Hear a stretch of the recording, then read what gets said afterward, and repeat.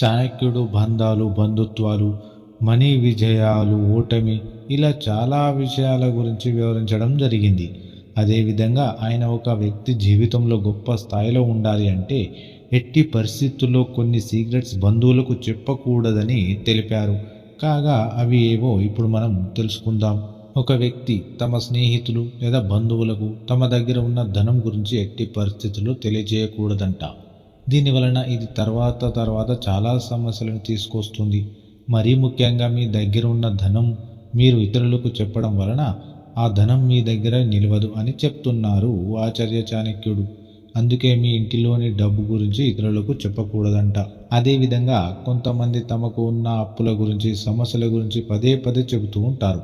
అయితే ఆచార్య చాణక్యుడు మీ సమస్యలు, అప్పుల గురించి ఇతరులకు చెప్పకూడదు. ఇది అస్సలే మంచిది కాదు.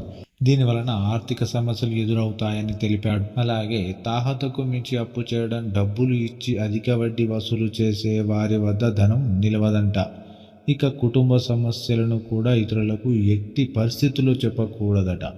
దీనివలన మీ కుటుంబం గౌరవాన్ని మీరే పోగొట్టుకున్నట్లు. అందుకే ఎంత కష్టం వచ్చినా సరే మీ ఇంటి సమస్యలు, మీరు తినేది తిననిది ఇలా ఏదైనా సరే మూడో వ్యక్తికి తెలియకూడని చెబుతున్నాడు ఆచార్య చాణక్యుడు.